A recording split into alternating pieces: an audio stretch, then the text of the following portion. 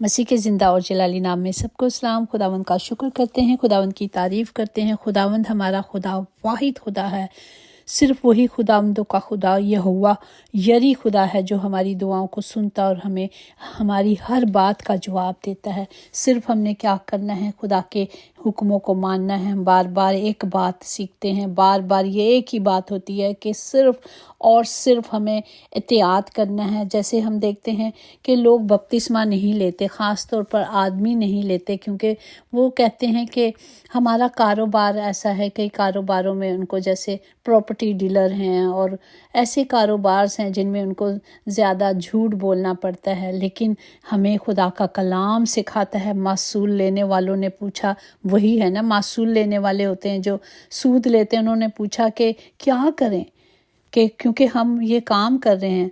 तो जब बपतिस्मा लेने आए, जब हमने देखा लुका की अंजील उसका 12-13 में है कि मसूल लेने वाले भी बपतिस्मा लेने को आए और उससे पूछा कि ऐ उस्ताद हम क्या करें। उसने उनसे कहा, जो तुम्हारे लिए मुकर्रर है उससे ज़्यादा मत लेना, जो है उसी पर कनायत करना है। और आज के ज़िंदा कलाम के लिए हम शुक्र करते हैं जो यशवा की किताब है उसमें से लिया गया है, जो उसका पहला बाप उसकी 8 आयत में है। शरीयत की यह किताब तेरे मुंह से ना हटे, बल्कि तुझे दिन और रात इसका ध्यान हो, ताकि जो कुछ इसमें लिखा है उस सब पर तू एहतियात करके अमल कर सके, क्योंकि तब ही तुझे इकबाल मंदी की राह नसीब होगी और तू खूब कामयाब होगा। पाक कलाम पढ़े जाने पर खुदा की बरकत हो, खुदा का शुक्र हो, खुदा की तारीफ हो। हम देखते हैं यशुआ कौन था।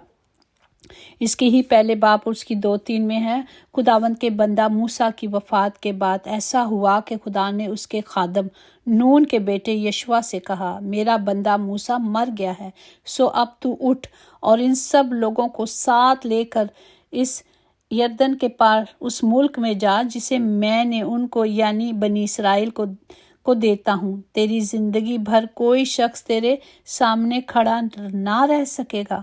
जैसे मैं मूसा के साथ था वैसे मैं तेरे साथ साथ रहूँगा और ना कभी तुझसे दस्तबरदार हूँगा और ना मैं तुझे कभी छोड़ूंगा। सिर्फ तूने क्या करना है, तू मजबूत हो जा, हौसला रख, क्योंकि तू उस कौम को उस मुल्क का वारिस करार देगा जिसे मैंने उनको देने की कसम उनके बाप दादा से खाई। तो हम यहाँ देखते हैं कि हमारा खुदावंद वादों का सच्चा है। जो कसम हमारे इब्राहिम इसहाक खुदावंद से खाई थी, बाप से खाई थी, आज भी वो बाप हमें और हमारी नस्लों को उस वादे के तहत बरकत देता है।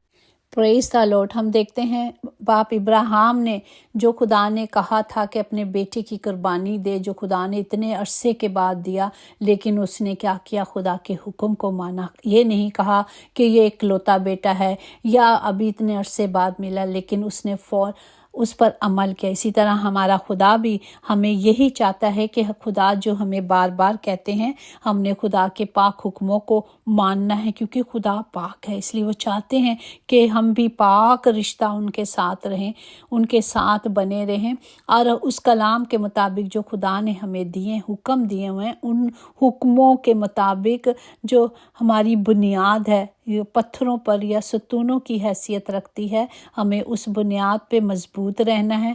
और खुदावंद के 10 हुक्म पूरे हैं। उन 10 हुक्मों की अहमियत इस बात में नहीं कि इनकी तरतीब क्या है, बल्कि इस बात में है कि वो खुदा के लोगों को बताता है कि अहम एक दूसरे के साथ ज़िंदगी किस तरह गुजारनी है और खुदा की तंजीम और उसकी बड़ाई किस तरह करनी है। खुदा हमें ये सिखाता है कि हमने अपने सारे दिल से, अपनी सारी ताकत से जब हम उसके कलाम के मुताबिक अमल करेंगे तो खुदा का कलाम हमारी ज़िंदगी में पूरा होगा। हमने उन हुक्मों को मानना है ना, जिस तरह तृष्णा 5 में है उसकी 32-33 में, सो तू एहतियात रखना और जैसे खुदावंद तुम्हारे खुदा ने तुमको हुक्म दिया वैसा ही करना, और ना तेरा तू दाएं या बाएं की तरफ मुड़ना, बल्कि तेरा सारा ध्यान ज्ञान क्या होना है, सिर्फ खुदा की तरफ होना है, और ताकि तू जीता रहे और तेरा भला हो और तुम اس ملک میں جو خداوند نے تمہیں قبضہ کرنے کے لیے دیا ہے، تمہاری وہاں عمر دراز ہو۔ قبضہ کیسے کر سکتے ہیں؟ جب ہم خدا کے حکموں کو مانیں گے، جب ہم خدا کی پاک مرضی پہ چلیں گے تو کوئی بھی ہماری چیز ہم سے چھینی نہیں جائے گی۔ اگر چھین بھی لی ہے تو ہمیں اس کے لیے اپنے آپ کو تیار کرنا ہے، جنگ کرنی ہے، لڑنا ہے اپنا حق لینے کے لیے، اور کلام اور ہمارا خدا ہماری مدد کرے گا، کیونکہ خوش نصیب ہے جس کا مددگار یعقوب کا خدا ہے، جس کی امید خداوند اس کے ساتھ ہے۔ ہمیں خدا پر توکل کرنی ہے۔ وہ کہتا ہے تیرا دھیان نہ دائیں جائیں نہ بائیں جائیں، تیری آنکھیں صرف میری طرف لگی رہنی چاہیے، تیرا گیان اور دھیان صرف مجھ پر ہونا چاہیے۔